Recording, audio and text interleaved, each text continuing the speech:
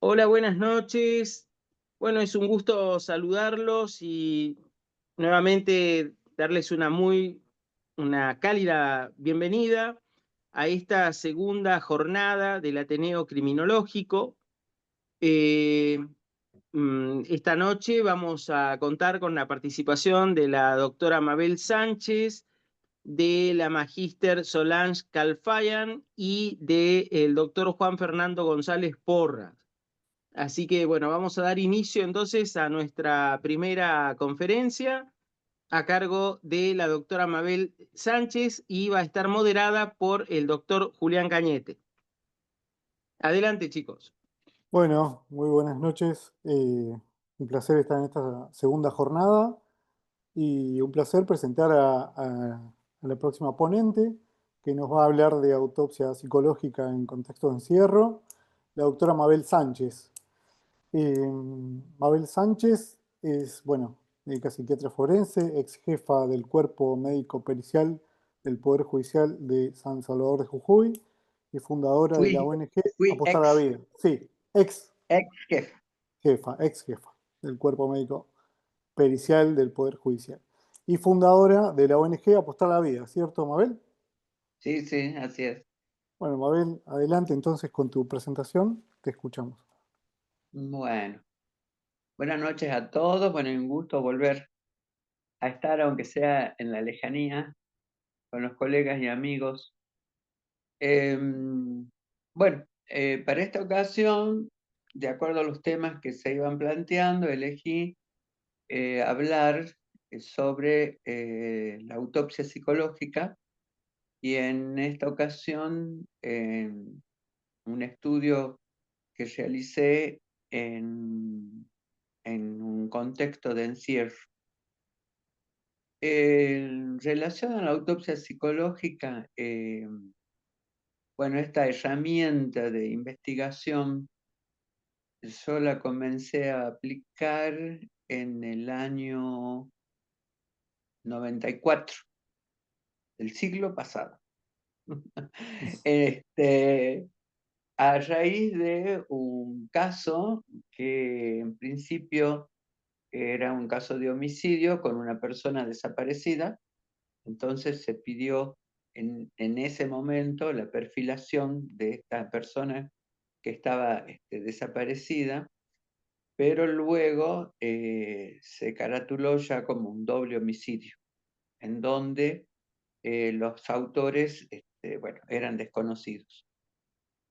Bueno, y ahí apliqué esta técnica que yo la aprendí de alguna manera de los colegas de España, en un tratado de psiquiatría forense a partir de uno de los tratados de Delgado Bueno, ¿sí? En donde ellos daban cuenta de esta técnica.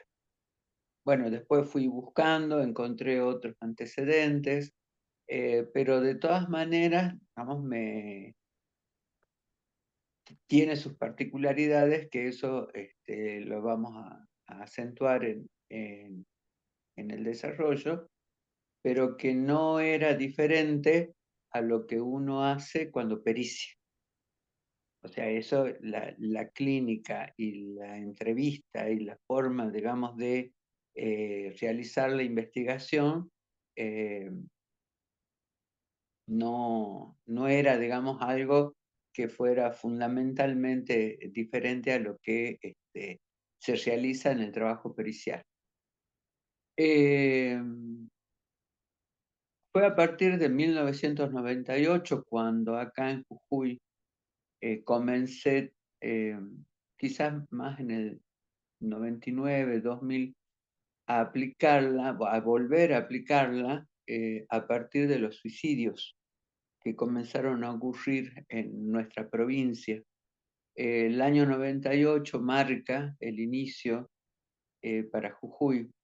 Como digo en el libro que escribí al respecto, que no era que no ocurrían en años anteriores, pero en ese momento no teníamos estadísticas y en un estudio, digamos, de recolección de datos dentro de lo que se podía, localizamos que habían sucedido 14 muertes por suicidio en el 97, mientras que en el 98 fueron 43. De ahí en más, vamos, esto fue sucediendo y se fue ampliando en todos los departamentos de la provincia. Y de ahí es como hacíamos todo un trabajo desde el departamento médico de tribunales, porque intervinieron lo que en ese entonces eran los juzgados penales, porque la autopsia psicológica tenemos que reconocer que nace más o menos en los años 50 en Estados Unidos, a partir de la preocupación de unos médicos de Estados Unidos por localizar o poder situar fehacientemente cuáles habían sido las causas de muerte, y lo comenzaron a aplicar en los casos de muertes dudosas. Ahí se comienza, digamos, con a desarrollar esta técnica de la autopsia psicológica. Por eso digo que era fundamentalmente, digamos, penal. Y los jueces de ese momento que trabajábamos juntos, incluso con el juez por en ese entonces había un solo juzgado de menores, también, digamos, se compenetró de esto y hacíamos las entrevistas, vamos, a lo que habían realizado intentos, y también tratábamos de recabar datos, vamos, de los que se habían suicidado, y de esos datos que tratábamos de recabar, por un lado solicitaban los estudios retrospectivos de la causa de muerte, que sería la autopsia psicológica, más los datos que podíamos recibir de un formulario que se distribuyó, nosotros lo hicimos, lo distribuimos a toda la provincia a través de las regionales de la policía, y todo ese trabajo lo hicimos justamente yendo a cada lugar a enseñarles, ¿sí?, a los integrantes de la Fuerza de Seguridad cómo debían llenarlo. Fue todo un trabajo seguido, más o menos alrededor de 10 años, y en todo esto que se realizaba, deben haber, digamos, más o menos estaba tratando de acordarme, pero creo que la última autopsia psicológica la debo haber realizado más o menos en el 2017, sí, 2016 o 2017. Si bien ha sido fundamentalmente en relación a los suicidios, también se solicitaron en causas civiles. Como ustedes saben, la solicitan, por ejemplo, en los casos de, bueno, determinar cómo fueron las circunstancias de la muerte de una persona cuando está en discusión, por ejemplo, las herencias, o bien firmas de ciertos documentos en donde se aceptaba una supuesta venta, ¿sí? Cuando, digamos, había la sospecha ahí de que había habido, vamos, una cuestión de fraude. Entonces también, ¿sí?, se empezó a ampliar, por lo menos en Jujuy, vamos, la cuestión esta de las autopsias psicológicas, y también nos llegó en alguna situación de investigación de las compañías de seguro, ¿sí? Que solicitaron, ¿sí?, la intervención del departamento médico. En el caso de Jujuy, todos estos estudios de relacionados, digamos, con las muertes de personas por suicidio, eran estudios que se realizaban, digamos, y si el juez interviniente determinaba que esto, con todo lo que después vamos a hablar, que se hacía la investigación, se concluía que efectivamente había sido un suicidio, se cerraba la causa. En otros casos fue más o menos en tres casos, realizando la investigación, logramos determinar que habían sido suicidios, digamos, armados, que se trataban de homicidios. ¿Sí? Por eso es que también, o sea, en materia penal lo sabemos, toda persona que muere se le hace el examen cadavérico y es el médico de policía, en este caso acá en Jujuy, el que determina si se hace la autopsia. En los casos de suicidio, porque puede ser que con el examen cadavérico ya se determina y el médico puede determinar de que ya con eso es suficiente. Pero en los casos de suicidio, se hablaba con los jueces, se le decía que en todos los casos se pida la autopsia, por esta cuestión de que podía, digamos, no corresponder a un hecho de esta naturaleza.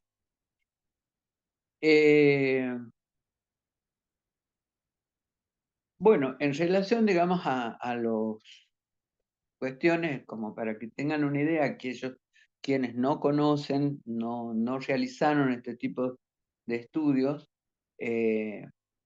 Gabriel, digamos, y en la asociación ya es un tema que venimos desarrollando hace mucho tiempo, incluso están todos los aportes, también el libro de Damián en relación a la autopsia psicológica. Bueno, como es la palabra autopsia, deriva, como ustedes saben, de ver por los propios ojos, pero al ser psicológica, digamos, lo que contempla son aspectos, como decían los autores de esta herramienta, psicosociológicos. Porque la técnica fundamentalmente se trata de una psicobiografía. ¿Sí? La técnica es psicobiográfica. Y los objetivos en relación a las muertes por suicidio son varios, entre los cuales lo primero que voy a nombrar es localizar cuáles fueron, digamos, las circunstancias del fallecimiento. Eso por un lado. Y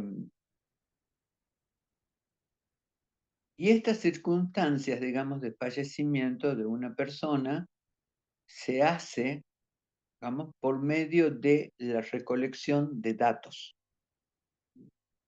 Y estos datos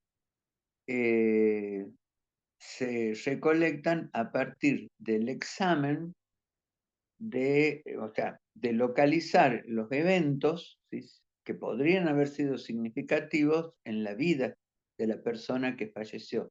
Porque lo que hay que tener en cuenta, y esto para cualquier peritaje de autopsia psicológica, es que ya sea civil, en familia o penal, es que es una construcción.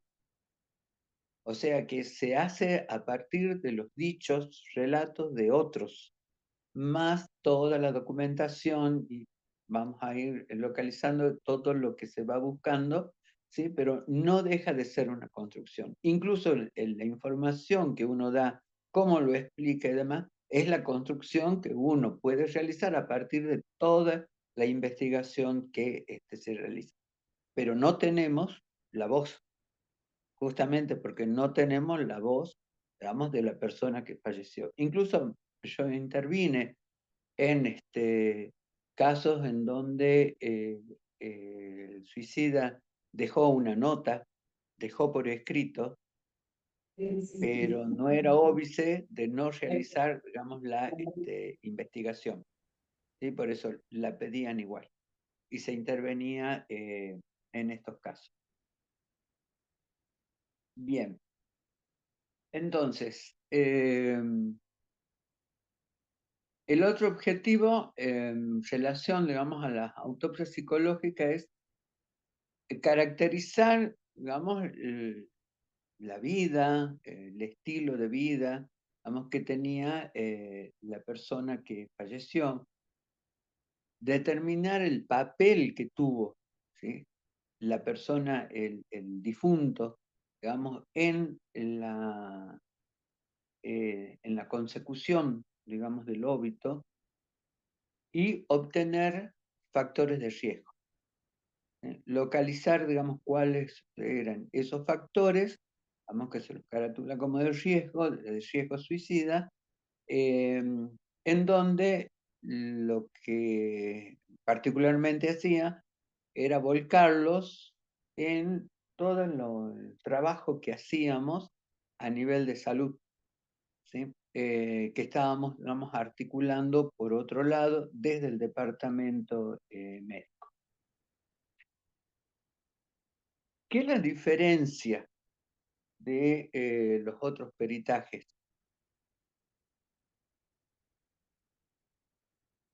La concurrencia de las personas, vamos, cuando se solicita concurrencia de personas, que ya vamos a ver quiénes, no es obligatorio, ¿sí? No es obligatorio porque ustedes saben que el suicidio para nuestro código no es delito. Sí, vamos, se tiene en cuenta si se sospecha que hubo, digamos, una, como le dicen, Muerte dudosa. ¿cómo es? ¿Mm? Una muerte ¿Cómo? dudosa. Sí, una muerte Inducción, dudosa, pero también una incitación. Claro. inducción. Sí, porque si hay, digamos, una inducción, digamos, al suicidio, vamos, se detiene a la persona que se sospecha. Pero en realidad, digamos, el suicidio como tal no es delito. Entonces, todas las personas que se van, me ha tocado en los casos, por ejemplo, que había detenido alguna persona que había estado muy cerca o en los periodos inmediatos, es decir, anteriores, pero casi inmediatos a la muerte de esa persona, yo no podía entrevistarla porque estaba detenida como sospechosa. Uno puede entrevistar todas aquellas personas, pero que no están, digamos, como testigos, ¿sí?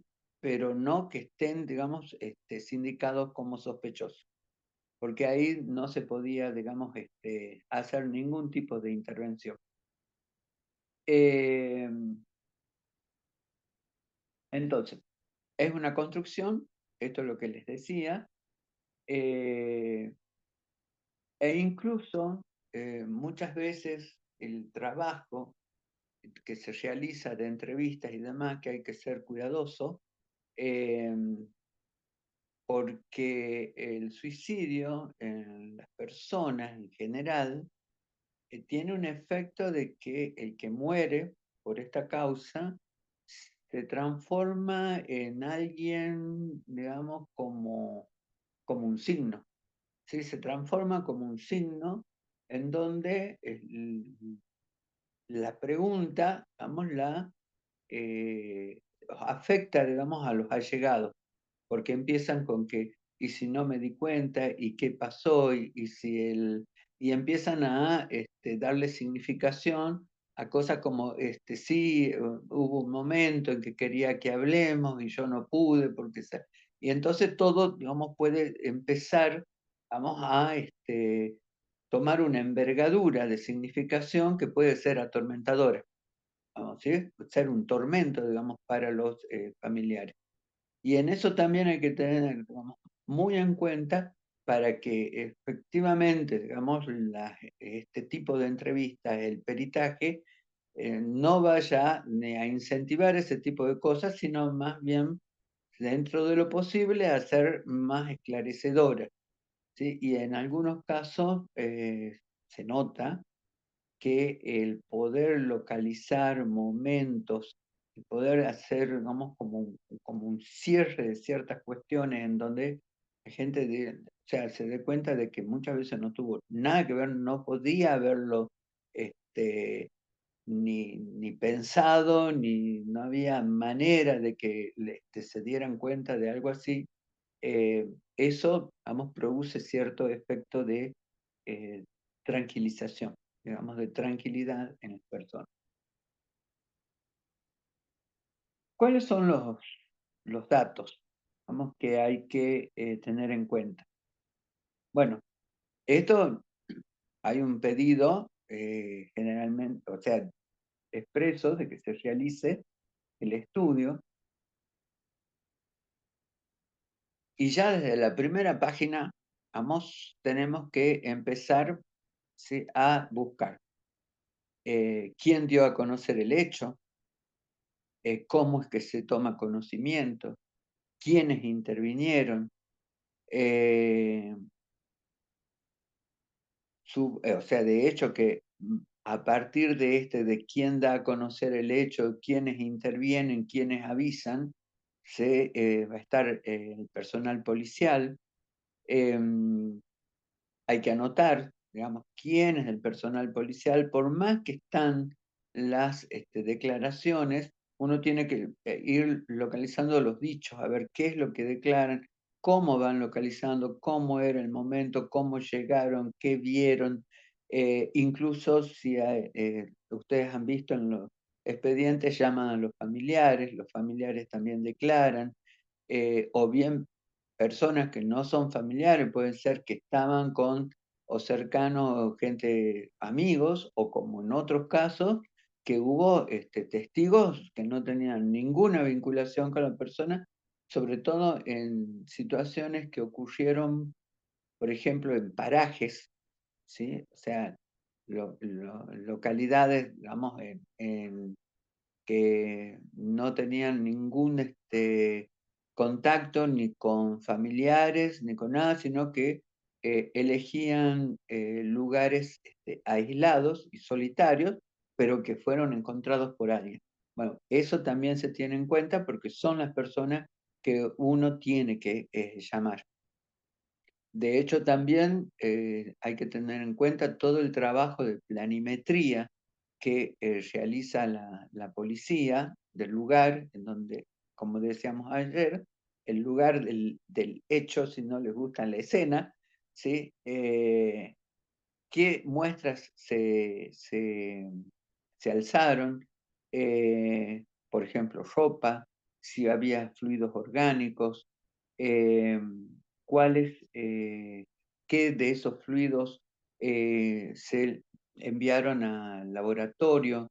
En los tiempos actuales, bueno, en los celulares, en la CPU, todo, digamos, que tuviera que ver con esta persona, y lo relativo también al examen cadavérico realizado por el médico de policía o quien fuera el que tenía que realizar ese estudio, eh, y por supuesto el informe de autopsia. Que el informe de autopsia, a su vez, que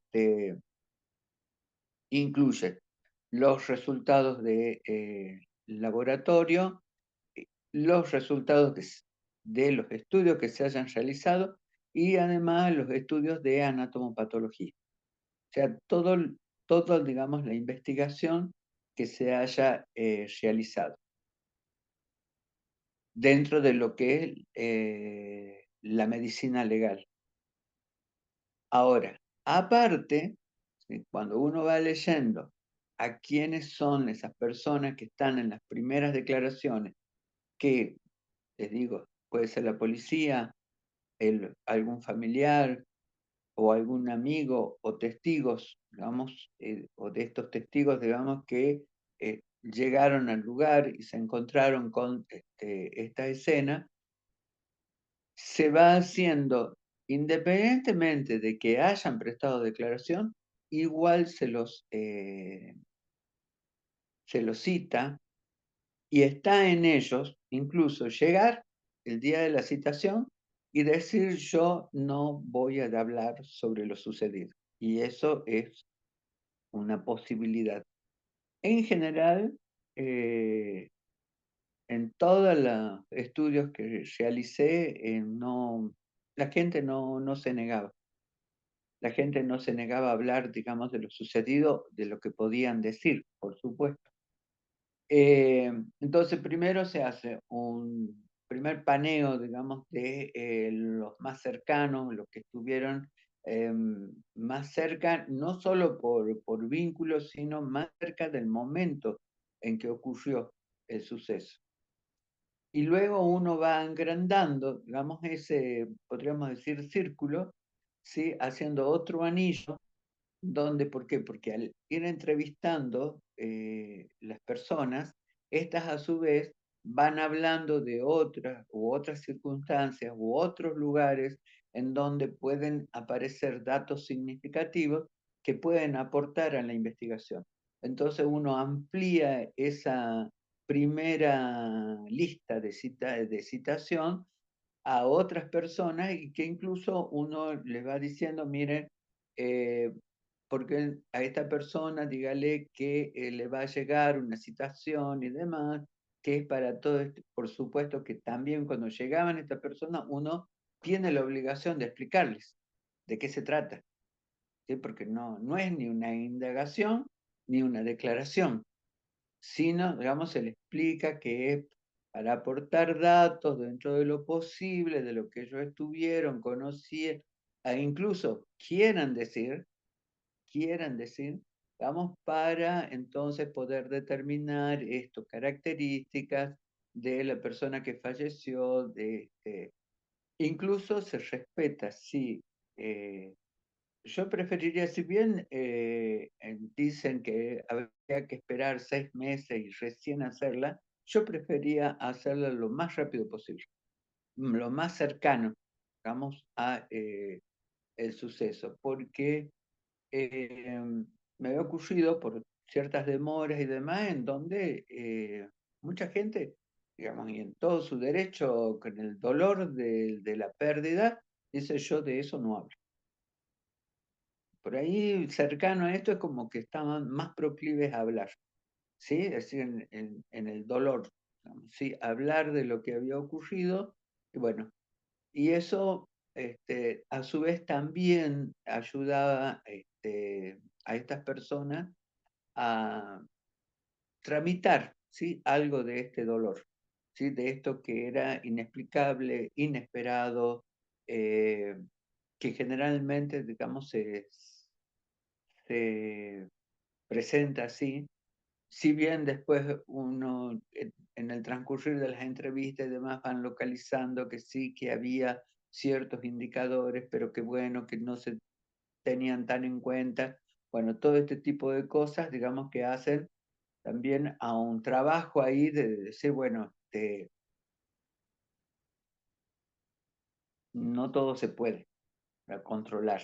Digamos. Esa es la cuestión. Bien, entonces, ¿qué tenemos que contestar entonces con la autopsia psicológica? ¿Cómo murió?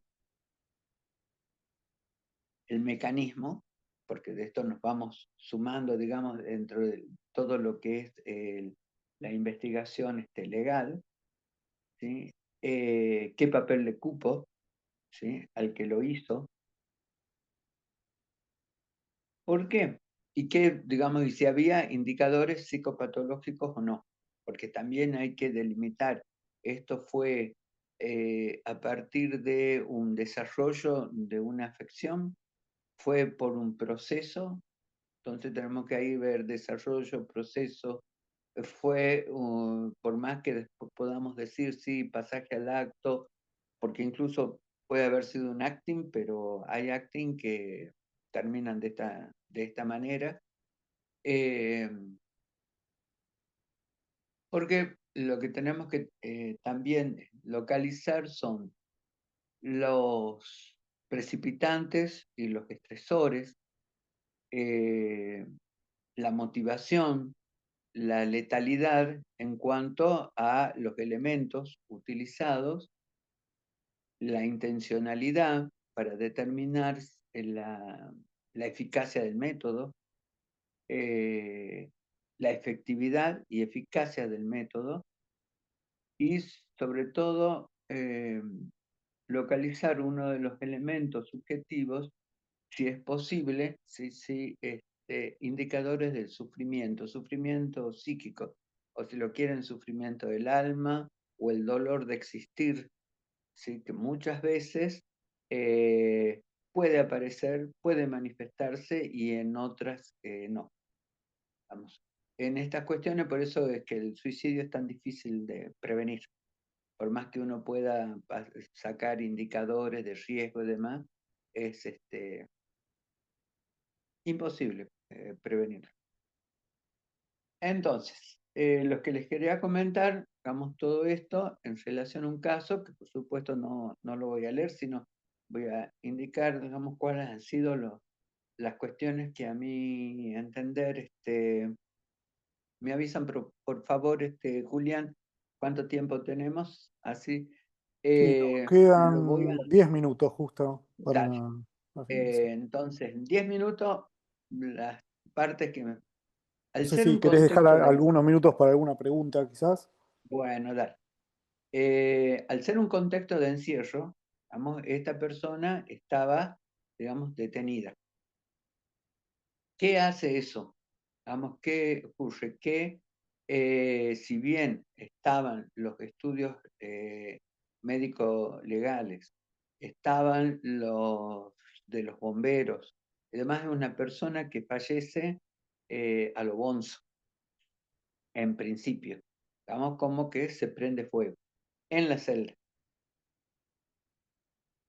Todo esto, digamos, hizo que las entrevistas se realizaran con los guardiacárceles que llegaron, en los primeros, digamos, que llegaron, con los vecinos de celda, vamos, porque estaban en el medio, vamos, de, sí, 2 celdas y después con los que estaban de frente, vamos, con los detenidos que podían ver, digamos, en el pasillo de frente, enfrentados, digamos, a esa celda, se realizaron las entrevistas.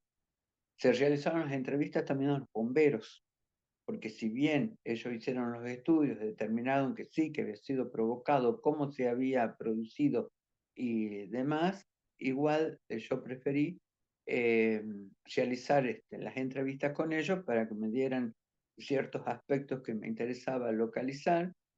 Y otra cosa, hablando de los bomberos, es que las veces que se pueda, vayan al lugar del hecho. ¿Sí?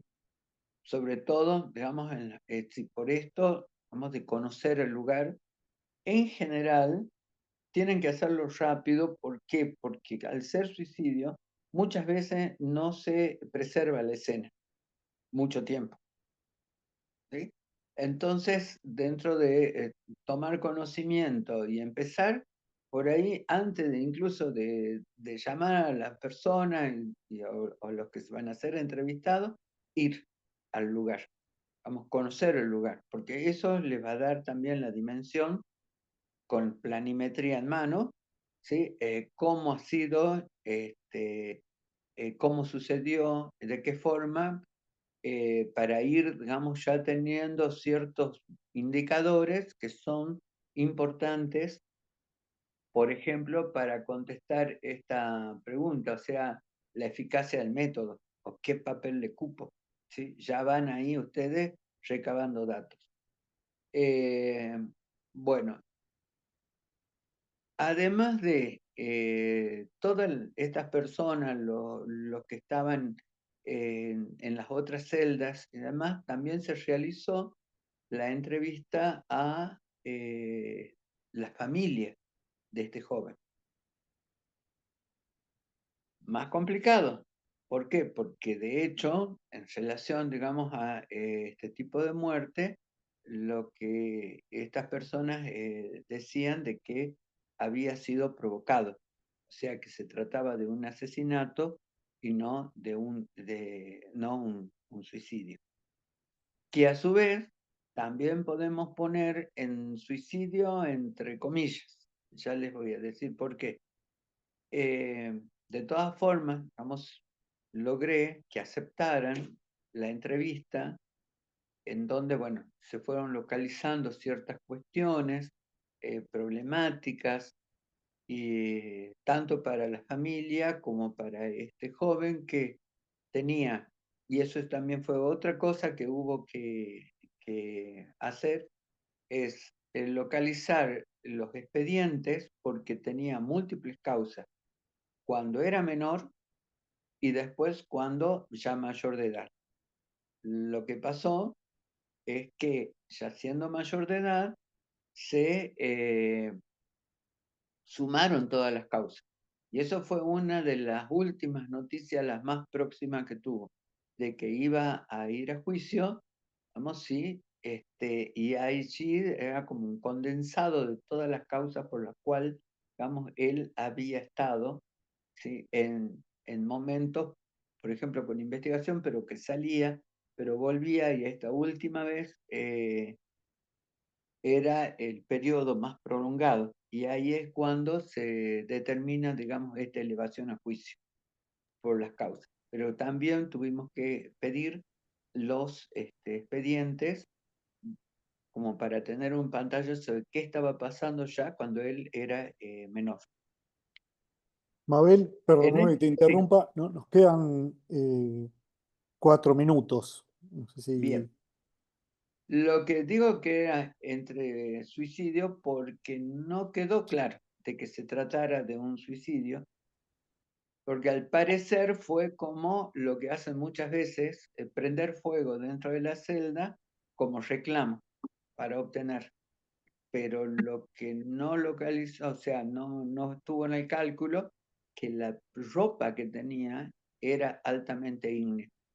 Y ahí se prendió este fuego este joven. Así que bueno, esto les quería comentar así brevemente como para tener una idea de cuáles son los elementos a tener en cuenta cuando ocurre algo en una institución, y sobre todo cuando se trata de una persona privada de libertad. Excelente, Mabel, excelente eh, la exposición. eh, Felicitaciones en lo particular y nos queda por ahí algún minuto. Si alguien tiene alguna pregunta, puede levantar la mano o abre el micrófono y ahí, Damián. Bueno, Mabel, excelente la exposición. Sabes que es un tema que nos interesa a los dos. Los dos trabajamos en autopsia psicológica en paralelo y los dos nos interesa también el tema de muerte en custodia, así que un placer escucharte. Y por más de que parezca un tema por ahí muy específico o muy lejano, es un tema que nos toca como forenses en todas las jurisdicciones donde hay prisiones o donde hay comisarías, porque muchos de estos episodios ocurren en alojamientos como las comisarías. Así que bueno, muchísimas gracias, Mabel, por todo. O también las unidades carcelarias. Totalmente, sí, tanto en Sí, el sí, servicio penitenciario como en las detenciones en comisaría. Y después, sí. bueno, la muerte en custodia también puede ampliarse a otros lugares como pueden ser los hospitales y demás en sentido más general. Pero muy clara tu exposición. Gracias, Excelente. Damián. Bueno, entonces vamos cerrando ya esta ponencia y le damos lugar a la asociación para que continúe con este Ateneo y te agradecemos, Mabel, por tan excelente exposición. Gracias, Julián. Excelente, Mabel, querida, muchísimas gracias, querido Julián. Vamos Un entonces placer. a dar paso a la siguiente presentación a cargo de la magíster Solange Calfayan, que no sé si estás, Solange, y a Mónica Novelo, que va a moderar la presentación. Gracias, Gabriel. Buenas noches, gente linda. Hoy vamos a poder presentar a esta gran, excepcional profesional, la magíster Solange Calfayán, que se puede decir que es oriunda de uno de nuestros vecinos, países vecinos de Uruguay. Aparte, podemos decir que posee un máster en criminología, en investigación criminal, en psicología forense, y quien dice em, va a disertar en abuso sexual infantil, señales de alerta vacíos en la investigación criminal. También podemos decir que es especializada en violencia de género y generación, abuso sexual infantil y ciencias forenses. Además, es directora de em, la Academia Uruguaya de Criminología, vicepresidenta de la Asociación Latinoamericana de Criminología y Derecho Penal con sede en Quito, y es además ponente, docente y miembro de AUPE Uruguaya. Con ustedes, la magíster Solange Calfayán. Muchas gracias, Mónica, por tu presentación. Buenas noches para ti. Bueno, ¿se me escucha bien? Sí, Sí, sí, perfecto. gracias. Tienes 30 minutos y después podemos abrir un espacio para preguntas, respuestas, debate, reflexiones. Te doy Vale, la palabra. gracias. Comparto pantalla.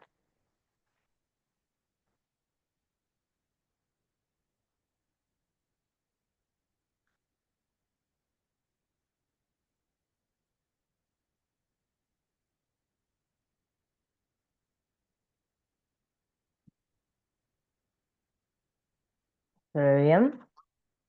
Sí. Perfecto. Espera que todavía no se abrió. Ahora, perfecto. Bárbaro. Gracias. Mm, Bien.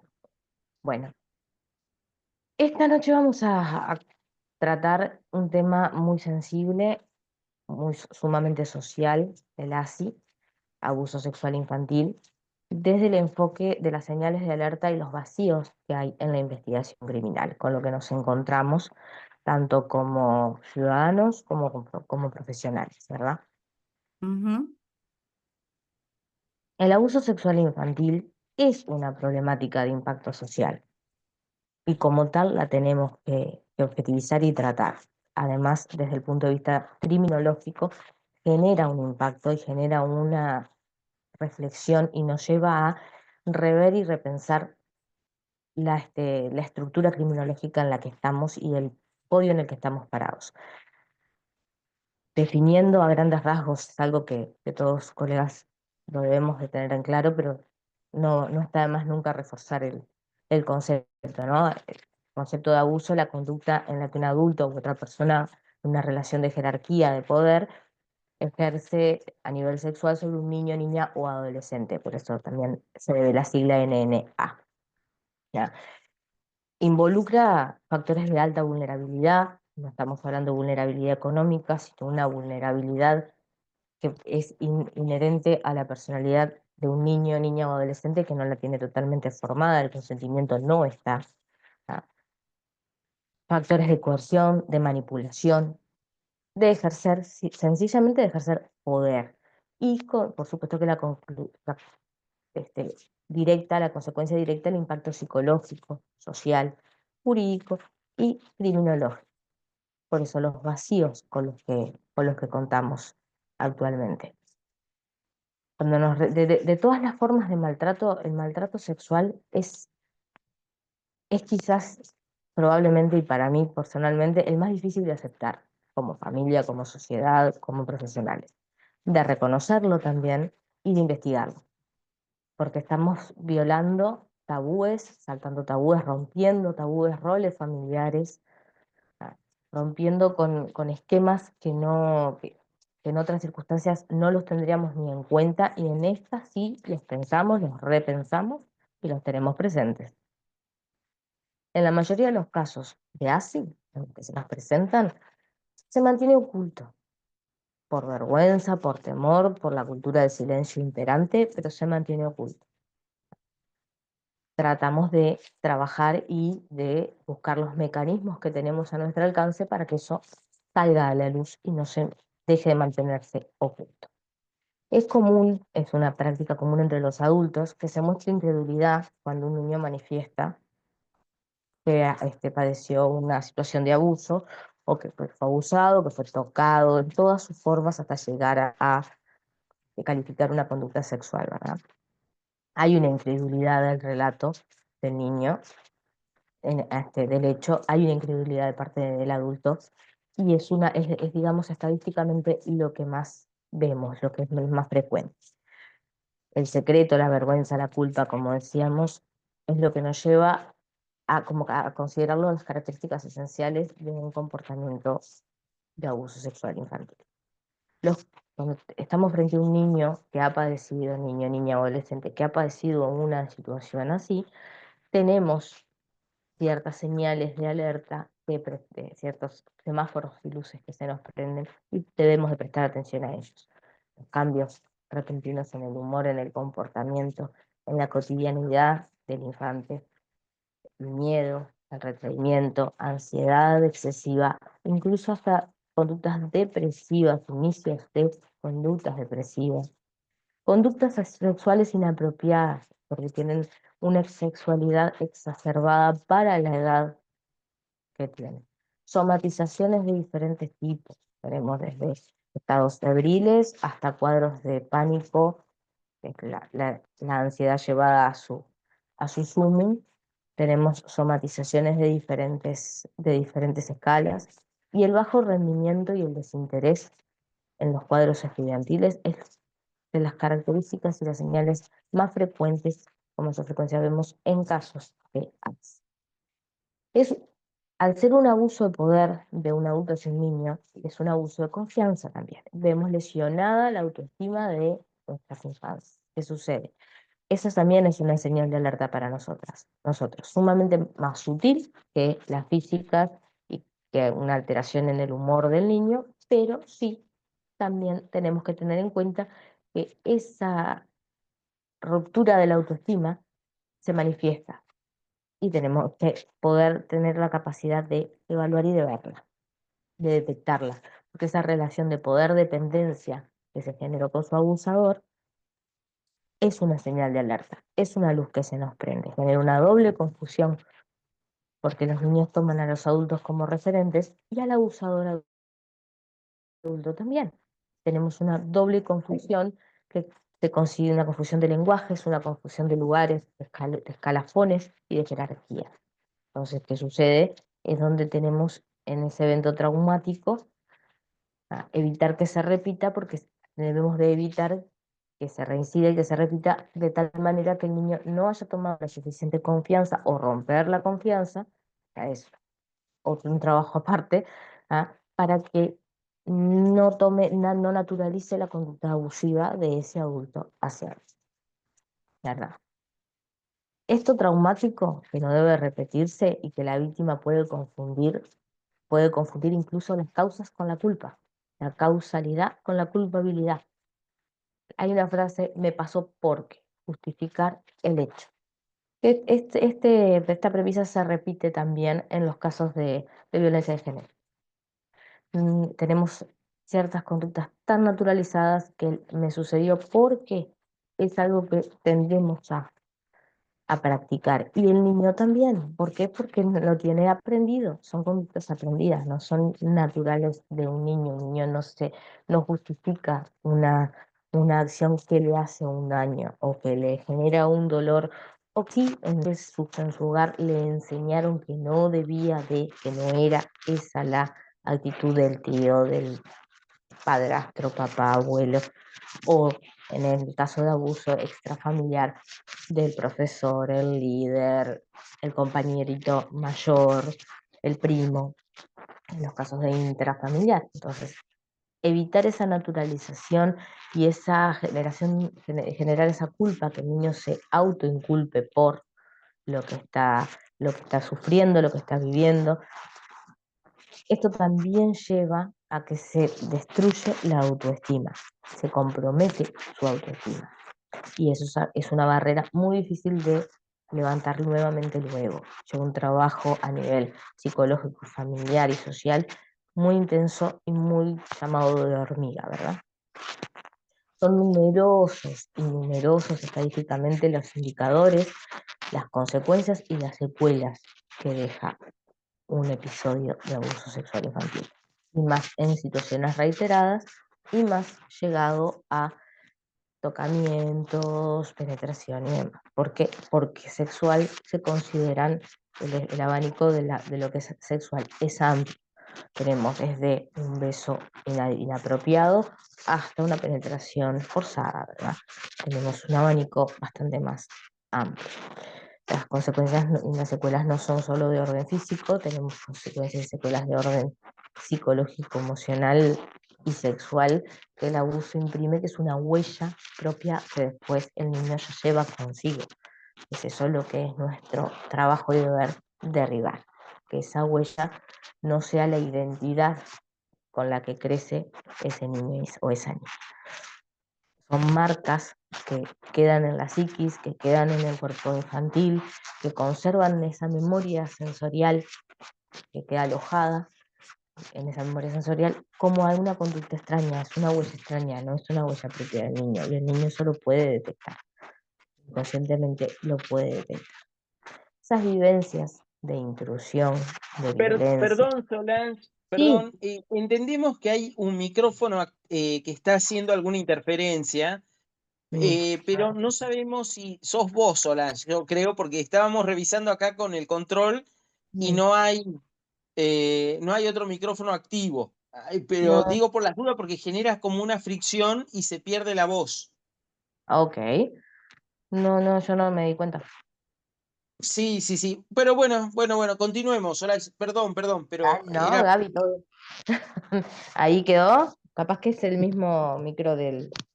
es probable que esté haciendo alguna fricción A con ver, la prenda o algo. ahí. Ahí está perfecto. Ahora Da- sí. Ahí va, Ahí Gaby. está. Sí. Vale. Bueno, esas, retomando el tema de las marcas que nos quedan luego de las señales de alerta y de detectado el episodio, nos van quedando las marcas y las huellas en la psiquis y en el cuerpo del niño, del infante. Quedan alojadas en esa memoria sensorial que tienen, quedan alojadas, y esas vivencias que son intrusos en su mente y en su cotidianidad, en su vida, que le impiden el correcto desarrollo de sus actividades, lo condenan al niño a vivir en un cuerpo y en una situación que le resulta ajena al día de hoy, en el momento. No es ni su vida, ni su cuerpo, ni su manera. Siente esa sensación extraña de tener un intruso viviendo con él. ¿Por qué? Porque tiene esa presión sobre sí mismo que lo lleva a sentirse fuera de lugar, a sentirse fuera de lugar con sus pares, en su familia, con sus superiores también, porque ahora ya ve a las figuras de jerarquía, las ve desde otro ángulo y de otra forma, no los visualiza de la misma manera. Tenemos señales de alerta no solamente en la víctima, sino señales de alerta en el entorno familiar. A ver, ahí está. Tenemos señales de alerta también en el entorno familiar. Como mencionaba antes, la negación, la falta de credulidad al hecho, minimizarlo, evitar darle la importancia que en realidad el hecho tiene, no darle la credibilidad al niño que realmente la tiene, sobreproteger a esa víctima.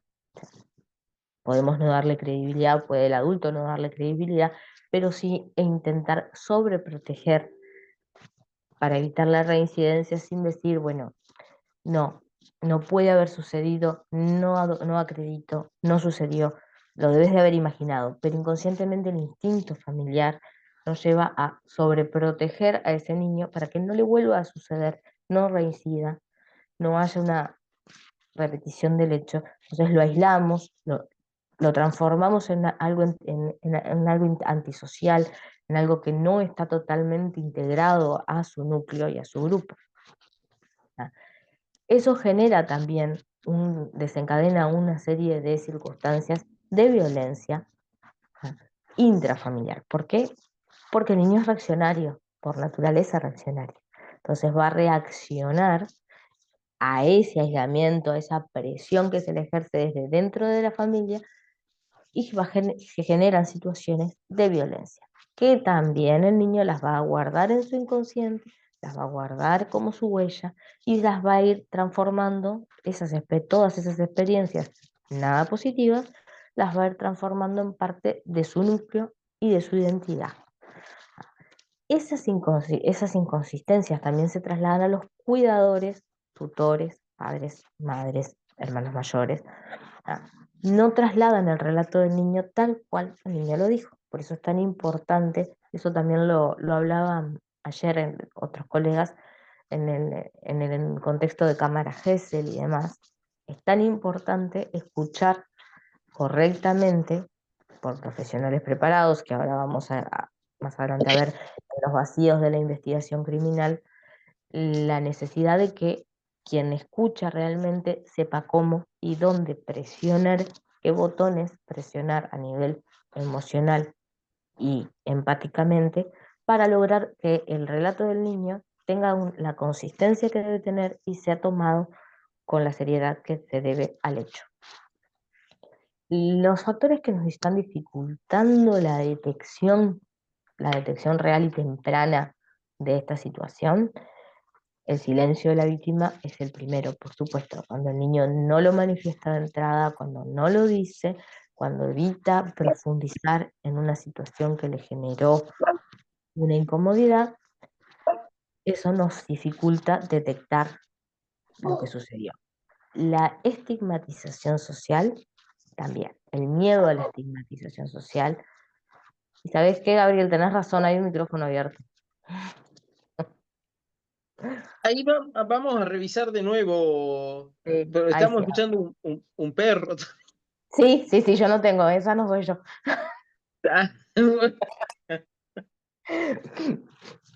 El chiste aparte, esa no soy yo. Sí, seguimos. Igualmente podemos continuar. Esa estigmatización social que es el tabú, que es el silencio, la cultura imperante y demás, también nos dificulta la temprana detección y la detección real del hecho. Y la naturalización de las conductas inapropiadas, un poco también lo que ya mencionaba, como consecuencia, pero también como señal en el entorno familiar. Es un factor que se comparte mucho también con la violencia de género y generación. ¿Por qué? Porque el naturalizar conductas violentas, conductas de abuso, es histórico, es un tema histórico. Estamos hablando de que nos remontamos al siglo pasado y más a Egipto y a Roma. Tenemos históricamente estadísticas y sucesos y épocas marcadas por abusos y violencia naturalizadas en la sociedad y en la cultura. Eso es lo que nos dificulta poder tratarlo a este flagelo de la manera correcta, que es lo que apunta, es a lo que apuntamos y en lo que nos perfeccionalizamos para trabajar, que esto no suceda, que deje de suceder. Cuando, entrando un poquito en lo que es los vacíos en la investigación criminal de lleno, cuando mencionamos vacíos, nos referimos a esas lagunas, esos blancos que hay a nivel jurídico, social, cultural, criminológico. En este caso, la insuficiente capacitación en técnicas de entrevista a menores. ¿Qué pasa? Por ejemplo, en Uruguay, la cámara Gesell, a modo de ejemplo, no es tan frecuentemente utilizada como Argentina, Chile, Ecuador. Somos el país que menos la utiliza casi de Latinoamérica.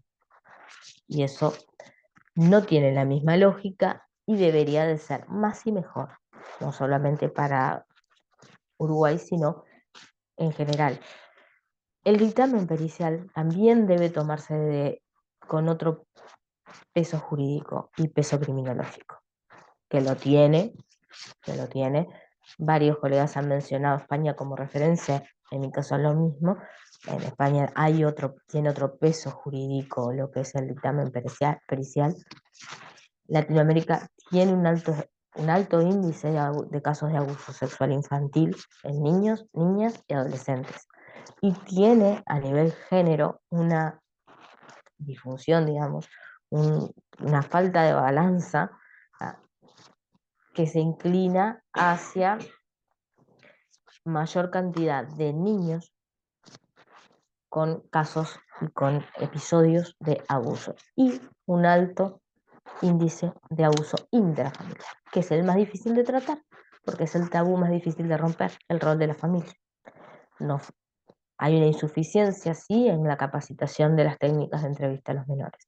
Tenemos todas las herramientas, tenemos los profesionales con muy buena voluntad, pero falta la capacitación de esos profesionales. El déficit en la recolección de la carga probatoria, es importante que no falte nada a la hora de detectar y accionar en el hecho.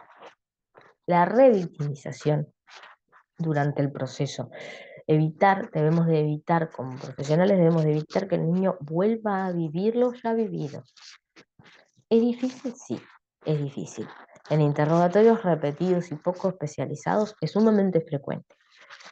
Y además de frecuente, es un error frecuente, que no debe de suceder, que lo debemos evitar para que el niño, primero para no tener un relato con grietas ni con contradicciones. Un niño al que se le pregunta 2 veces lo mismo, entiende que la primera respuesta que dio fue incorrecta. Discúlpame, Solange, tenemos 5 minutos, mi vida, Perfecto. para finalizar. Muchísimas Perfecto. gracias. La carencia de coordinación institucional también nos hace repensar el sistema criminal y buscar enfoques y asociaciones y miradas criminológicas que nos ayuden a tener cumplir mejor con nuestro rol y las necesidades de nuestros niños. Por eso mismo es que nos interesa analizar los aciertos y los obstáculos que emergen de la práctica de la evaluación, tanto psicológica como criminológica forense, en el ámbito cuando se refiere a estos casos de violencia contra los más pequeños de nuestras vidas, ¿verdad? Y de nuestra sociedad. Preguntarnos hoy por hoy, por los avances, pero también por los tropiezos que hemos dado en estas materias, en estas temáticas. En los abusos en la infancia constituye sin duda alguna, por lo pronto, una invitación a pensar importantes cuestiones de nuestra teoría y de nuestra práctica. La mayor formación como retos y necesidades, ¿verdad? La mayor formación de operadores en el sistema de justicia, los protocolos uniformes y sensibles con la infancia, el desarrollo de bases de datos de estudios longitudinales, el enfoque multidisciplinario de criminología, psicología, medicina forense, medicina legal, trabajo, sociedad, ¿verdad? El ASI, el abuso sexual infantil, lo que hace es destruir valores como la confianza, la seguridad, la autoestima, la protección de nuestros más vulnerables. Y la sociedad que normaliza el silencio refuerza la cultura de la impunidad, ¿no? El silencio de una víctima es el fracaso de nosotros como sistema de protección. La detección temprana y la investigación rigurosa son claves para implementar justicia. El impacto social, el impacto humano es devastador, no se limita al dolor de un niño, sino erosiona la confianza del sistema contra todo, y elimina la confianza de la familia, la institución familia, en las formas modernas y tradicionales, erosiona desde la raíz, desde la base de la pirámide. Es una situación que nos interpela a todos, un flagelo que nos interpela a todos, y con estas reflexiones es que podemos ir cerrando un tema que da para bastante más. Si hay alguna duda, a la orden. Muchísimas gracias, Magíster Solange. Excelente exposición, bien concreta, bien explicada. Bueno, abro para que la audiencia pueda hacer alguna pregunta, reflexión, inquietudes. Gracias, Escucho. Mónica. No, por favor. Sol, A pesar Sí, José, puedes digo, preguntar. para mí el tema de las redes es súper importante, y de lo que tocábamos ayer, de cómo como profesionistas tenemos que estar innovando, porque el tema ahorita me queda clarísimo: los factores de riesgo en América Latina, nacer niña, nacer en pueblos socialmente marginados, es de alto riesgo. Ujú. Solamente que hoy en día los papás les dan acceso a cualquier niño de la clase social que sea, un teléfono, una tablet, y con esto en automático les permiten el que tengan acceso a las redes sociales. Y esto se vuelve complicado, ¿eh? Entonces, el que ellos tengan acceso a esto, y estoy hablando de niños de 8, 9, 10 años, que Ujú. puedan abrir un perfil donde entonces están sujetos a a este mundo del ciberdelito. Totalmente Otro, expuesto. otro de los puntos, y que aquí lo he estado mencionando, es el que se suban imágenes de niños, en ocasiones por la familia, a las redes sociales, que los hace presa también de depredadores, ¿no? Ujú. Sí. Y el otro concepto del grooming, ¿sí? Este, que rotundamente está en aumento. Entonces, vean, la tecnología, los ciberdelitos cada vez están más siendo utilizados para lo que antes podríamos decir que sucedía en nuestro plano. Los multiversos, fíjense nada más los términos que estamos utilizando, ¿no? Sí, Multiversos. totalmente. Es decir, hay otros mundos Impensados. más allá. Así es. Entonces, por ahí yo creo que es lo que había que hacer, otros estudios más relacionados con el uso de la IA. Y Claro, y por otro, trabajar en excelente, ¿eh? profesionalizar a los especialistas en eso, Así es, justamente. Sol, A todos así nos es. falta. Ah, le tenemos que José, no te me vayas antes que te pueda saludar. Salud México, feliz independencia. Gracias, gracias. Estamos hoy en fiestas. Exactamente. Oh, El grito. El grito. Ya estamos en el desfile, pero bueno, los Ay, dejamos qué continuar. lindo. Por favor. bueno, muchísimas Gracias, gracias. Mónica. Gracias por tu participación. Muchas Y gracias, bueno, Mónica. Gracias a para, todos. Y seguimos avanzando. gracias por todo. Por Muchísimas favor. gracias, audiencia. Muchas gracias, querida Solange y Mónica, por esta mesa, por la temática. Vamos entonces a continuar con la última mesa del día de hoy. Invitamos al doctor Juan Fernando González Porras desde Ciudad de México Muy y, buenas tardes. y a nuestra moderadora, que es querido Juan Fernando, ¿cómo estás? Y a nuestra moderadora, la vicepresidenta de la asociación, la licenciada Bárbara Esquiano. Hola, ¿cómo están? Buenas noches. ¿Qué tal? Buenas noches. Un gusto de nuevo volver a encontrarnos en el día de hoy. En mi caso, hoy me toca Tengo el gusto de presentar al doctor Juan Fernando González Porras, oriundo de México, quien hoy nos va a deleitar con un trabajo que se titula Estudio Criminológico del Asesino Serial. El doctor cuenta con estudios de Derecho, Criminología, Criminalística a nivel de licenciatura, especialidad y doctorado. Es diplomado en materias tales como grafología avanzada, psicología forense, psicología de lo criminal, medicina legal, técnicas de interrogatorio, perfilación delictiva, autopsia psicológica, prevención del delito, análisis de riesgos de seguridad pública y privada, cadena de custodia, habilidades directivas y habilidades empresariales, disculpen. Asimismo, ha recibido 17 distinciones doctorales, honoris causa. Así que bueno, me complace y es un honor para mí presentarlo, doctor. Le cedo ahora sí la palabra. Muchísimas gracias, querida maestra. Gusto estar participando en este Ateneo Criminológico el día de hoy. Pues bueno, vamos a iniciar. Comprendo que ha sido una sesión extensa, ardua precisamente en este tipo de situaciones, pero bueno, checaremos obviamente los detalles de las características principales a nivel de criminología de un asesino en serie. Comentaremos algunos casos brevemente y posteriormente daremos pie a la sesión de preguntas y respuestas. Te Muy encargo, bien, maestra, por favor, cuando nos falten 5 minutos, nos yo haga el lo voy, comentario para ir cerrando. lo voy guiando, pero no se preocupe, doctor. Muchísimas gracias, maestra. Pues bueno, vamos a comenzar.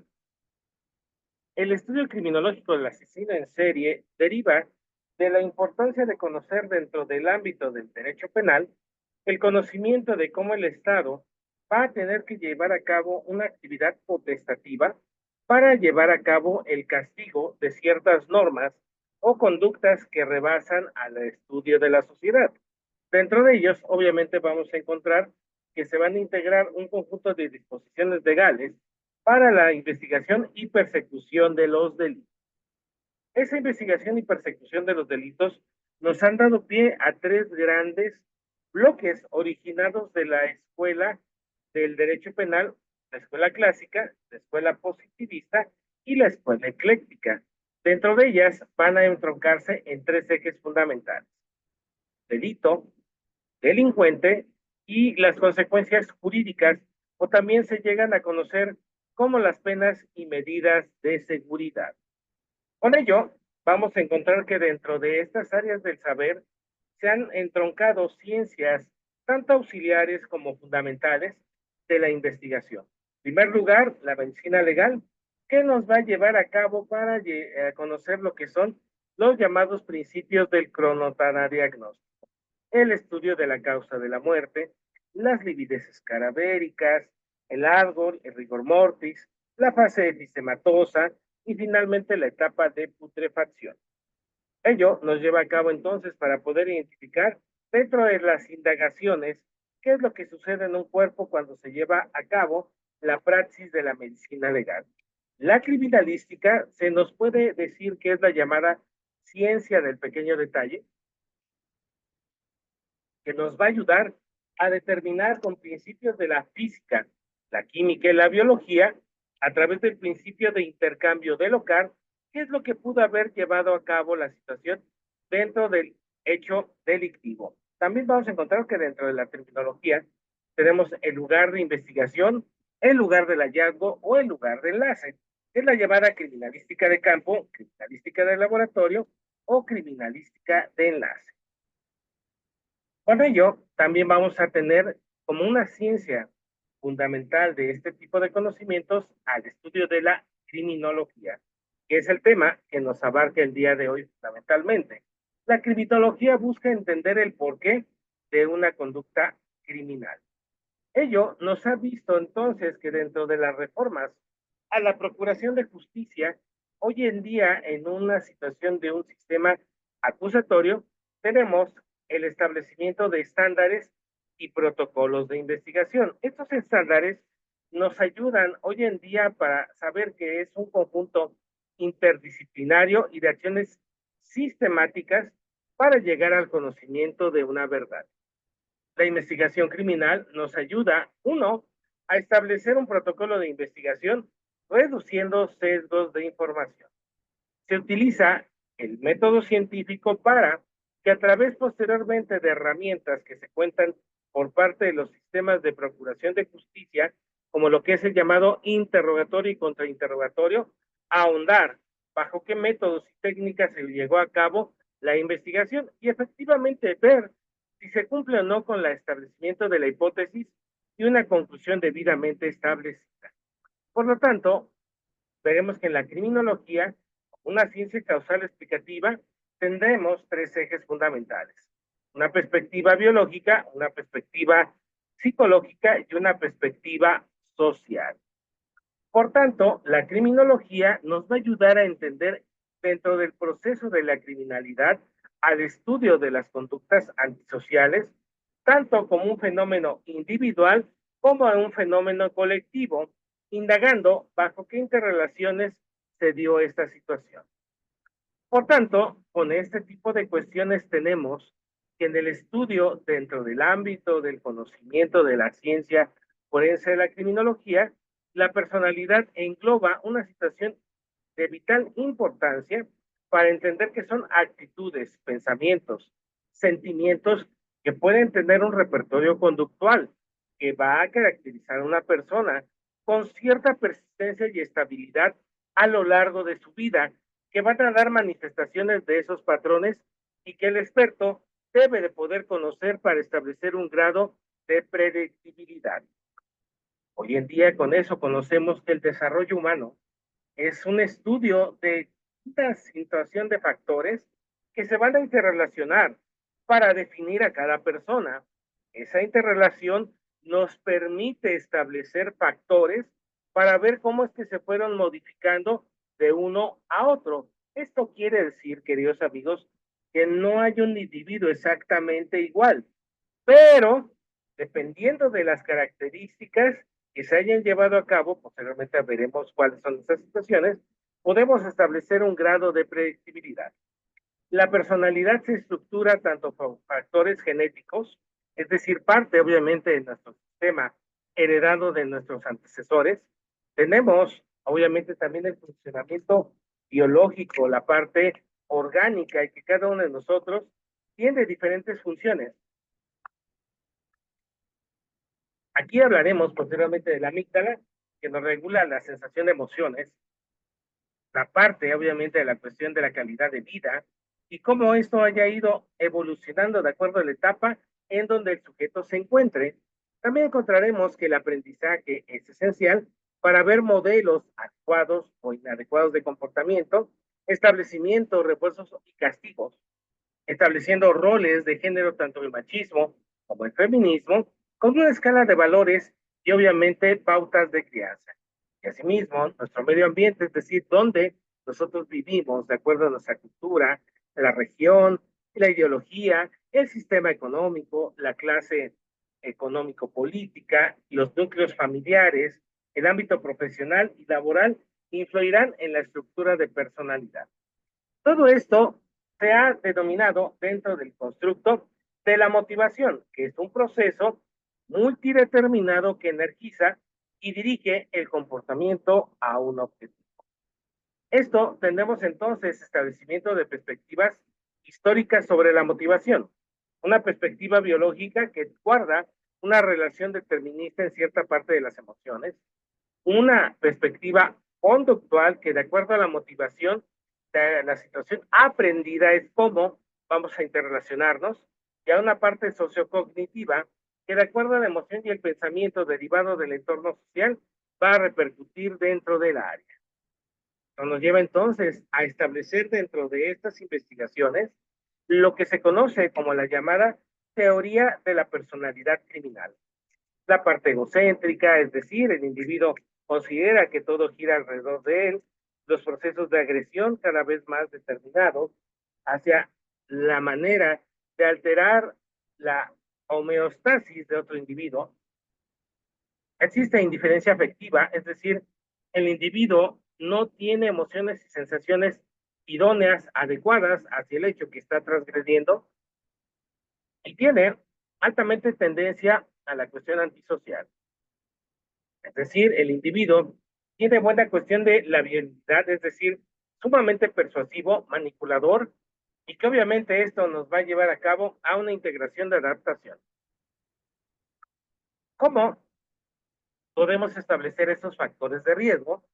Podemos encontrar situaciones derivadas al comportamiento de la víctima para ver su vulnerabilidad y ver en base tanto el comportamiento de la víctima la situación de la relación, es decir, condiciones de iluminación, lugares solitarios, poca vigilancia, entre otras. ¿Qué tipo de conductas se han presentado de riesgo dentro de estos indicadores? Bueno, abuso y consumo de drogas, sexualidad precoz, comportamiento violento, generalmente deserción escolar. Por tanto, esto nos puede establecer un patrón de lo que se conoce como el trastorno de personalidad antisocial. El sujeto muestra un patrón de desprecio y violación de derecho a los demás. Fracaso, adaptación de las normas vigentes. Cuestiones de deshonestidad, ahí entra también el manejo de indicaciones de engaño. Y poco o nula situación de tolerancia hacia otros, actuar sin pensar.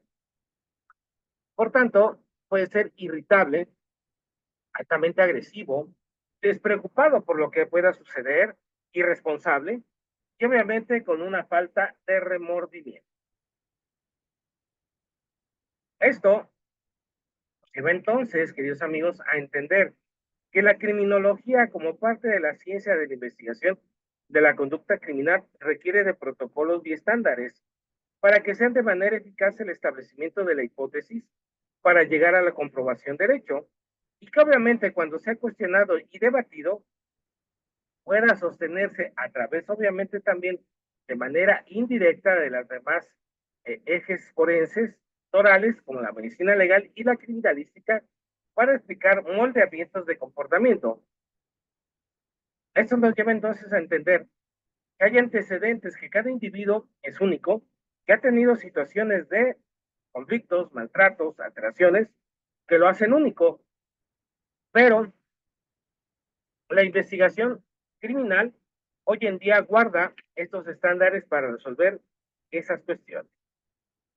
Por tanto, el asesino en serie, veremos que es un término que Robert Ressler, perfilador de la Unidad de las Ciencias del Comportamiento de Estados Unidos, llevó a cabo después de haber valorado a través de las entrevistas a criminales violentos, estableciendo una sistematización de ellas y que a través de esas entrevistas él acuña el término de asesino en serie. El asesino en serie es un individuo que tiene un modus operandi que ha matado a 3 víctimas con un semejante comportamiento en un término menor a 30 días.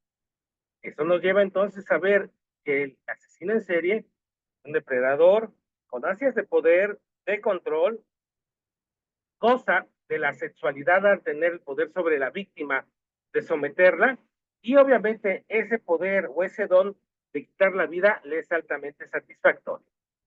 Aquí las cuestiones complejas dentro de esto, queridos amigos, es que sus amigos y familiares señalan que es un individuo normal, lúcido, estable, que obviamente llevan a cabo relaciones sociales de manera normal. Sin embargo, también las investigaciones nos han señalado que el asesino en serie y la relación con la figura materna generalmente han sido marcadas por una historia de frustración y enfado. De hecho, por eso se lleva a lo que se conoce como el llamado matricidio por representación, un odio representativo hacia la figura femenina por estas cuestiones. Los asesinos en serie generalmente no utilizan armas, prefieren obviamente utilizar cuchillos, las manos y todo aquel elemento que le dé una satisfacción de poder de usar sus manos. Es muy raro que lleguen a usar armas de fuego. Aprenden por moldeamiento, es decir, por aprendizaje, se consideran imitadores. Esta imitación obviamente ha derivado de que durante su infancia del asesino en serie ha sufrido historias de maltrato extremo privaciones sociales, consumo de drogas, abandonos, entre otros. Es decir, una falta total de afecto y cariño. Las motivaciones homicidas, es decir, a través de los principios de la fenomenología empírica, la llamada entrevista, nos han dado estos ejes: venganza y justificación, el daño que causa a otra persona por haber recibido un maltrato, control y poder, ya que un estado de bienestar muy satisfactor para llevar a cabo una conducta adictiva por ese poder reforzante. Y existe un éxtasis de alivio al momento de llevar a cabo el homicidio, la catarsis, que son un intenso estado emocional de euforia, violencia e ira. Después se vuelve a un estado de calma y esto nos lleva después a un alivio placentero. Sin embargo, después vienen a generar un estado de ansiedad autodestructivo, alcoholismo, conductas destructivas o nuevas agresiones. Por tanto, podemos establecer como características que tienen un déficit de atención, conductas agresivas, tienen dificultad de manejar la ansiedad y la impulsividad, tienen una falta de vínculos afectivos, tienen una sensación de venganza y generalmente no tienen cuestiones de adaptabilidad. De acuerdo entonces con las narraciones personales de los homicidas en serie, nos dicen que tienen una sensación de máximo poder, alcanzan el clímax debido a tener el control de la situación, se perciben como omnipotentes, crean una situación de éxtasis que posteriormente de ello viene una debilidad, insatisfacción y aburrimiento. Después de eso, los asesinatos los hacen sentir vivos. Y de ello, reducen posteriormente la etapa de latencia y tienen que volver a llevar a cabo los comportamientos. Existen fases del asesino en serie, la llamada fase de pesca, que sale a elegir sus víctimas a través de un proceso de seducción en el cual ha previsto de cómo los va a controlar e inmovilizar, llevando a cabo la fase de captura, para que obviamente la víctima de una u otra manera se encuentre sometida. Después llegan al clímax de llevar a cabo el acto. Los asesinos en serie llevan a cabo de acuerdo a su acto personal. Dentro del tema de la perfilación es la firma, como una experimentación del clímax que le permite repercutir una satisfacción en ello. Después entra una fase fetichista. El asesino en serie guarda algún objeto que le permita recrear la escena y vuelva a vivir el éxtasis de llevar a cabo el acto. Pero posterior a eso, entra en una fase depresiva, no puede sintiéndose eufórico en todo momento y necesita volver a llevar a cabo el acto. Los asesinos en serie están motivados por un sinnúmero de impulsos psicológicos, pero sobre todo ansias de poder y compulsión sexual. Comparte características, algunas situaciones de ocupación, raza, apariencia, edad o género. Los asesinos en serie pueden presentar lo que se conoce en su etapa de niñez como la tríada psicopática o la llamada situación del conjunto McDonald's. Piromanía, crueldad hacia los animales y falta de control de esfínteres cuando ya deben de llevarlo a cabo, es decir, la anuresis, entre los 7 y 8 años. Tenemos algunas características del asesino en serie famosos para poder identificarlos. Tenemos a la historia de Andrei Chikatilo, el llamado carnicero de rostro, en donde en Rusia, con un modelo de economía de poder y de conflicto,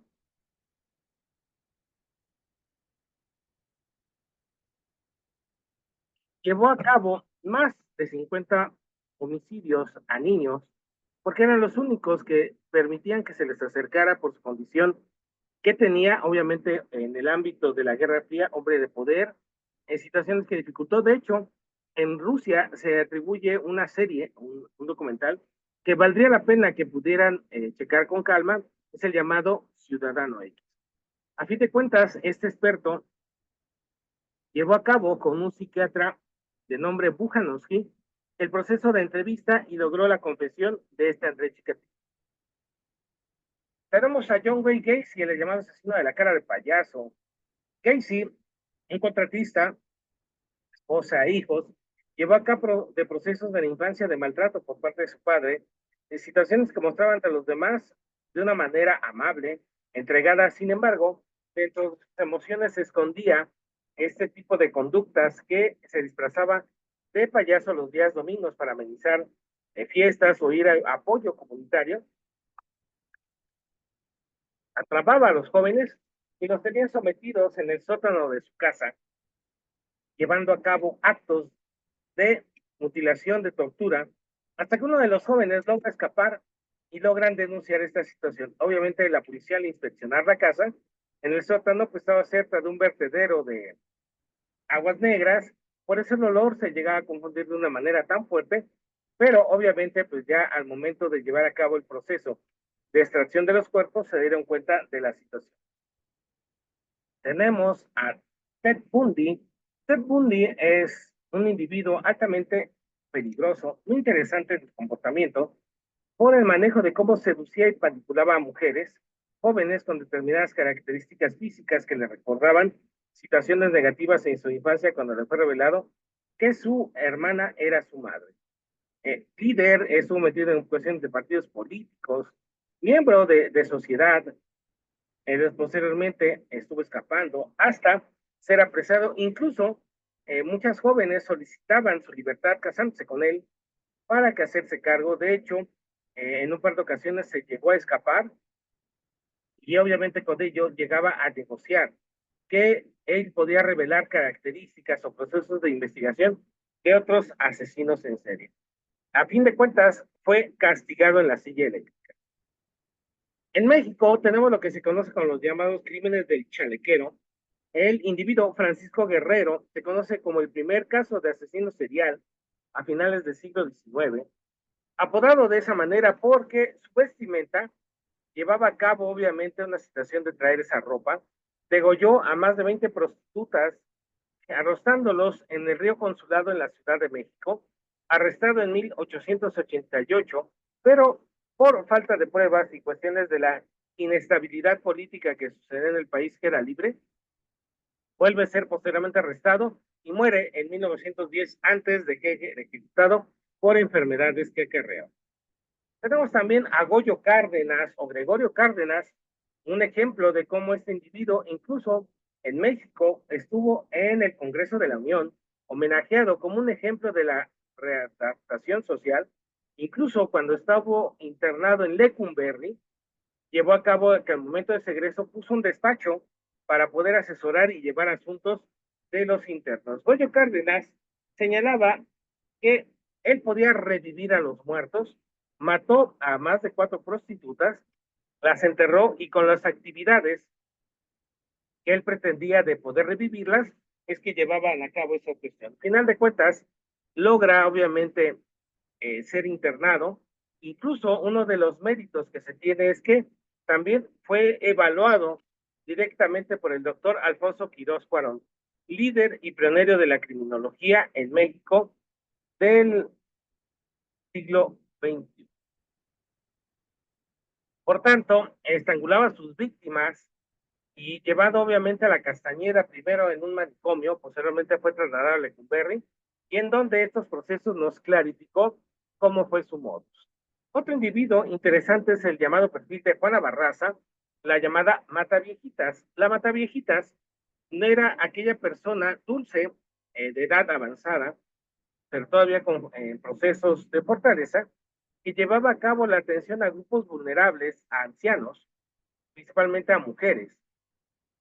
Ella se habla su historia de vida, que sufrió un maltrato por parte de su madre, y esto le provocó un resentimiento hacia estas figuras. De hecho, señalan que aquellas personas de la tercera edad que la trataban bien, que no tenían signos de desprecio a ello, no las llevó a privar de la vida. Por tanto, Juana Barraza es una cuestión interesante. Incluso la doctora Frey Ostrowski llevó a cabo investigaciones con tomógrafo para ver cómo es que llevaban a cabo estas situaciones, cómo su modus operandi, que a través de inyecciones o sofocaciones llevó a cabo a matar a 25 mujeres aproximadamente. Por tanto, ella determinó también, Frey Ostrowski, que con los estudios tomográficos había ciertas alteraciones en el sistema límbico, es decir, la segregación de sangre en esa zona, cuando llevaba a cabo explicaciones de conductas nocivas, generalmente se disminuía la irrigación. Otro individuo, Doctor Juan, solo avisarle que quedan 8 minutitos. me parece muy bien, maestra. Muchas gracias. No, por Tenemos a favor. José Luis Calva Cepeda, el llamado poeta caníbal, el poeta caníbal de la Guerrero.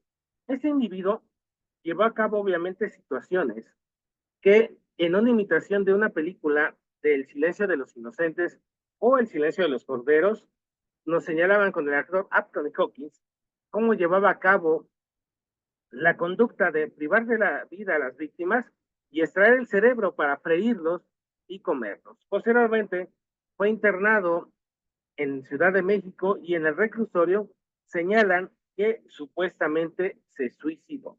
Sin embargo, las indagaciones forenses se determinó que de acuerdo a los signos hubo situaciones de forcejeo, tortura y que obviamente pues alguien lo mató. Por tanto, estas situaciones nos hablan de cuestiones interesantes de imitadores. Generalmente la apología del delito, al ver historias de este tipo de situaciones, les provocan seguimiento de ideas, una apología del delito para llevar a cabo estas conductas. Y finalizamos, para posteriormente pasar a preguntas y respuestas, al llamado asesino serial de Atizapán en el Estado de México, en donde ese individuo, a través de una denuncia que se hace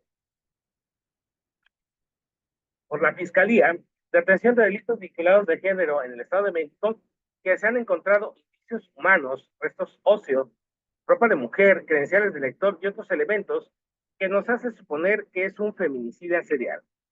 Se realizó el acordonamiento de la zona, la búsqueda obviamente de los elementos por parte de los elementos de la Policía de Investigación, realizando la búsqueda de indicios, la entrevista a vecinos y otras indagatorias para poder llevar a cabo que dentro del lugar se encontraba en un lugar de mal aspecto al norte de la capital mexicana, de bajos ingresos, y que se trataba generalmente de un individuo que acumulaba cosas. Sin embargo, entre las cosas que se encontraban no concordaban zapatos y bolsas de mujer, maquillaje y una pila de cassette de audios marcados con nombres de su víctima, es decir, él grababa cómo llevaba a cabo los actos en contra de sus víctimas. Los vecinos dijeron que era un hombre de 74 años, tranquilo, normal, relajado, no se metía con nadie. Los testimonios apuntan que nunca dio indicios de presunta actividad delictiva, que no molestaba a las mujeres ni tampoco decía nada. Él se dedicó a matar mujeres desde 1991 con un mismo modus operandi, un ataque en el manejo de un arma en la zona del corazón y posteriormente las desmembraba. Se señalan que de acuerdo a las indagatorias mató a más de 30 mujeres, cuyos nombres figuraban en una libreta. En la casa aparecieron un sinnúmero de objetos personales de las víctimas, así como credenciales que las identificaban. Recordemos que el asesino serial tiene una conducta fetichista y le gusta conservar como trofeo los datos o pertenencias de las víctimas. Muy bien, queridos amigos, me pueden encontrar en mi red social como Juan Fernando González Porras. Me pueden encontrar en mi número de WhatsApp, 55 16 54 61 24. También a través de nuestros queridos amigos de la Asociación Argentina de Psicología Jurídica y Forense para cualquier situación. Muy bien, haciendo entonces esta conclusión, queridos amigos, el tema del asesino en serie requiere obviamente de un conjunto de situaciones de integración de la perfilación para poder conocer obviamente estos indicadores de esta situación. A través de las entrevistas es que se han arrojado estos datos, pero la casuística, de acuerdo a cada caso en particular, es enriquecedora, porque obviamente cada situación nos permite establecer, ir un paso adelante. Como bien indica una frase, y cerramos con esta reflexión, hay que tener cuidado cuando nosotros vemos en el abismo, porque el abismo ve también en nosotros. Es decir, este tema es delicado, es una situación compleja, se requiere tener una buena situación de una programación neurolingüística, una situación de salud mental, porque puede provocarse una desestructuración en el investigador. Por eso se requiere, y por recomendaciones de estándares, que después de este tipo de procesos de investigaciones tan fuertes, se le dé un periodo de vacaciones o de receso al investigador para poder refrescar ello. Lamentablemente vemos que la realidad es otra, las cargas de trabajos en fiscalías, en situaciones, una y otras situaciones arremeten, y pues bueno, esta también es una situación de un reto, de que obviamente este tipo de situaciones pueden llegar a afectar al investigador. Muy bien, espero que haya sido edificante esta charla, y obviamente pues yo les agradezco mucho a la asociación, al maestro Gabriel, a todo el equipo de trabajo que hace esto posible, y que bueno, nos veamos pronto en otro tipo de temas en estas cuestiones del Ateneo. Pasaremos a la sesión de preguntas y respuestas. Si gustan encender su audio o verificamos en el chat si hay alguna pregunta que nos gusten realizar. Muchas gracias, doctor Juan. La verdad que la presentación es más que interesante, dinámica, además concisa, pero por demás interesante en la temática. Por el momento en el chat tenemos unos saludos, ¿sí? Agradeciéndole sobre su presentación, que fue excelente. No sé si alguien quiere, tiene acá José. José, Tenemos la manita arriba del maestro José Pereda. ahí vamos con José. No sé si Julián tenía una pregunta antes. Vi que Julián levantó la mano antes que yo, así es que, Julián. No, pregunte nomás, José. Pues, Fernando, la verdad es que muy bueno, muy interesante.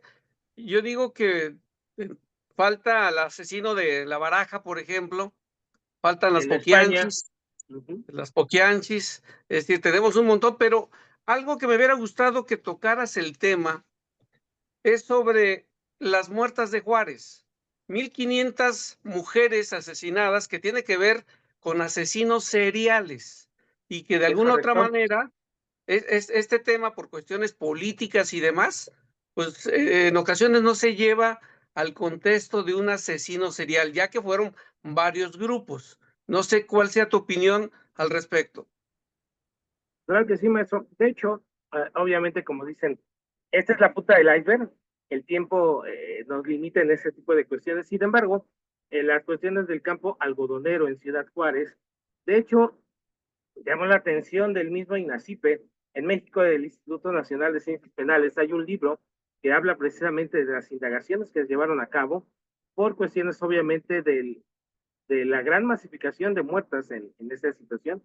Incluso el doctor Alfredo Velasco Cruz fue a especializarse por este tipo de temas al FBI con Robert Dretter en la Unidad de Ciencias del Comportamiento, y en Ciudad Juárez crearon una unidad especializada en este tipo de cuestiones, precisamente para establecer los grupos delictivos, cómo encontraban los restos en el desierto, las actividades principalmente de las mujeres que eran víctimas por cuestiones de oficio, de la prostitución, pero también trabajadoras en maquilas, madres de familia, es decir, obviamente era un perfil muy amplio, y que obviamente esto ha desencadenado, como bien lo indica, querido maestro, la cuestión política es compleja, que muchas veces se entorpecen realmente la verdad dentro de los hechos, pero pues no vayamos tan lejos. En México hay un municipio cerca de Ciudad de México, Ecatepec, pues es el segundo municipio más inseguro para la mujer. Entonces, no pudiéramos pensar únicamente que es una cuestión de fronteras, sino un comportamiento nocivo que sí pone en alerta a los demás. Y pues bueno, como bien indica la historia de las Poquianchis, muy interesante por llevar a cabo la cuestión del manejo de las mujeres en las casas de citas, las casas de burlesque en esa época, y que obviamente pues también guarda una historia interesante. Pero sí, nos falta un poquito más de acotar en esas cuestiones, pero bueno, esperemos que el maestro Gabriel no sea la primera ni última vez que nos invite al año para hablar de este tipo de tema, querido amigo, y pues bueno, Para podamos ampliar nada, esa perspectiva. para Estamos nada, aquí me parece desde que es Ciudad Juárez, Juan. Ahí bien, podrías preparar algo, José, ¿eh? Digo, el tema nos da para mucho hacer. La primera Fiscalía Especializada de la Mujer para temas de feminicidio se da precisamente aquí, y ese es el Hay una contexto. película de este caso. Sí, digo, y la verdad, a nivel mundial nos siguen conociendo como la ciudad de los feminicidios, cuando bien acota Fernando, en Ecatepec, Estado de México, se cometen más feminicidios que en Ciudad Juárez. Entonces, cuestiones políticas, cuestiones de otro índole, pues también abonan, y de alguna u otra manera creo que sí es un tema que podemos después discutir, porque Sí. aquí, insisto, el tema de asesinos seriales va muy ad hoc. No es una sola persona cometido el homicidio por una persona, sino es una persona cometiendo varios asesinatos con distintos perfiles. Hay mucho que abonar. La verdad es que eso nos daría pie para hacer ahí un conversatorio solamente con este tema. Sí, con Ahí todo gusto. lo dejamos. Pues muchas Querido gracias, José, que maestro José, qué gusto. Sí, Igualmente, sí. Fernando. Bueno, Julián, Gaby, quedaba Julián, no sé si quería hacer una pregunta. El doctor Julián Cañete.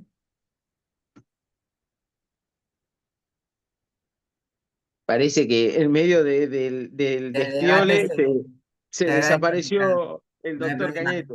Si me Bueno, permite, queremos... Gaby, agregar dos por- cositas, nada más, dos líneas Sí, a lo que Barbie, presentó el obvio. doctor. Primero, obviamente, agradecerle y desde ya la participación y su presentación en esta oportunidad, pero agregar algo que justamente él dijo, que también nosotros estamos haciendo una investigación acá en Argentina en la unidad de el Servicio Penitenciario de Olmos, y este año pusimos parte de esta investigación en Chile y justamente también conversábamos esto y pudimos ir viendo esto de la necesidad para quien investiga de esta profilaxis, ¿no? Este cuidado que tenemos que tener cuando trabajamos en este tipo de investigaciones, porque realmente, bueno, hemos ido notando algunas cuestiones al estar en este encuentro con ciertas personas con algunas particularidades bueno, que requieren de este cuidado personal, este bienestar psicológico, que bueno, justo cuando lo escuché al doctor, lo asocié que también nosotros íbamos por esa línea, así que agregar esas dos palabras nada más, agradecerle al doctor y a toda la audiencia. Gracias, Gaby. Gracias a vos, Barbie, querida, por estar acompañándonos y moderando la mesa con nuestro querido amigo Juan Fernando González Porras, también docente de la asociación ya de mucho tiempo. Así que con seguridad que tomamos la posta y el desafío de poder preparar alguna otra próxima actividad en lo inmediato, así que ya después lo vamos a estar coordinando junto con José Pereda y con Juan Fernando. Muchas gracias. Agradecemos enormemente. Les recordamos a los colegas presentes que en el día de mañana tendremos la última jornada de este Ateneo en Criminología, de este primer Ateneo en Criminología, que seguramente va a ser la piedra angular de los próximos que iremos reeditando en los próximos meses. Mañana vamos a tener justamente la primera conferencia, va a ser sobre femicidio, reflexiones sobre el pasaje al acto, a cargo de nuestra querida maestra y amiga Silvia Bocardo, desde la ciudad de Córdoba, en nuestro país. Luego, los labios también hablan, la keiloscopía en la investigación criminal, a cargo de la licenciada en criminalística Joana Gonza, desde la ciudad de Salta. Autopsia psicológica en crímenes de odio, un caso de transfemicidio a cargo del magíster Damián Ricardo, quien está acompañándonos en cada una de estas actividades, así que desde Santa Cruz, en Argentina. Y finalmente, la última ponencia será la de política criminal en el ámbito penitenciario, a cargo del doctor Julián Cañete y el doctor Diego Rengel. Así que desde ya están todos invitados a que mañana participemos en esta última jornada del Ateneo en Criminología. Estén atentos al envío del link. Mañana comenzamos a las 20 horas, por favor, para que lo tengan presente. En el flyer dice 20:30, pero mañana, por la cantidad de presentaciones, vamos a iniciar a las 20 horas. Bueno, no sé si Barbie alguna otra cosa, si no, cerramos. No, Gabriel, bueno, mañana más tarde, no sé si voy a poder estar desde el principio, voy a tratar de conectarme ni bien termine de trabajar, pero no, más que nada agradecerle a todos los que han estado hoy presentes, también han dado sus presentaciones y nos han enriquecido este tiempo con un montón de conocimiento y de investigaciones que además vienen realizando, con estos aportes que siempre no solo suman a la práctica, sino que conectan, ¿no? Porque estamos hablando de México, Uruguay, Argentina, creo que eso también es algo para rescatar que siempre nos ofrece la casa. Así que muchas gracias. Muchas gracias y buenas noches a cada uno de ustedes. Nos vemos mañana. Buenas noches. Chao, Hasta hasta luego. luego. Hasta mañana a todos. Chao, chao.